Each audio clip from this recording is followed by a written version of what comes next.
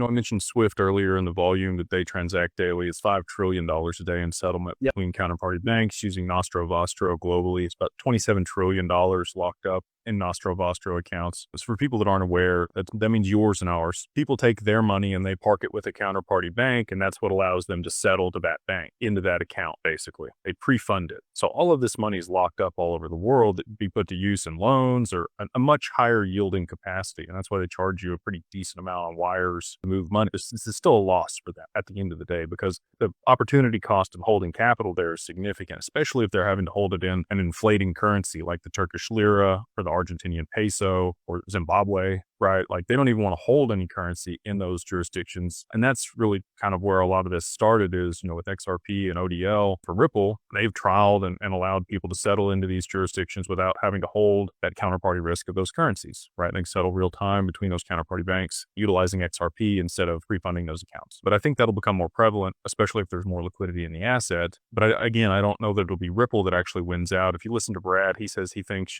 by 2030, they'll have maybe 14% of Swift volume at Ripple. Brad wouldn't just throw out a number. That's just projecting. We know, right? Yeah. Yeah, I think that Swift will end up adopting R3's infrastructure with Corda, which is a private permissioned ecosystem. It allows the banks to do what they want, build their own infrastructure, partner with them. If you look at the seed investors for R3, it was all the investment banks here in the US. They've only done one other round after that and haven't taken any more money. And again, that's probably because of the lawsuit with Ripple, where they were awarded 1.04 billion XRP. But if they were to be awarded, the contracts with Swift for instant settlement, because Swift is a messaging system. They just adopted ISO 20022 globally. Again, like you talk about the shipping container, right? Like, you need a standardized way to move data packets for all of the messaging alongside these payments globally. That's what they've implemented over the last 4 or 5 years here. And that's the predicator, or what would precede the ability to settle real time, because you don't have to reconcile that information. You would know exactly which accounts it went to. So no networks themselves are actually ISO compliant. I hear a lot of people talk about that, but the technologies and messaging systems that have been developed on top of them or by these players like Stellar and Ripple are what is ISO compliant. And then they can utilize these distributed ledger technologies and the assets to settle real time. The primary settlement mechanism that R3 was originally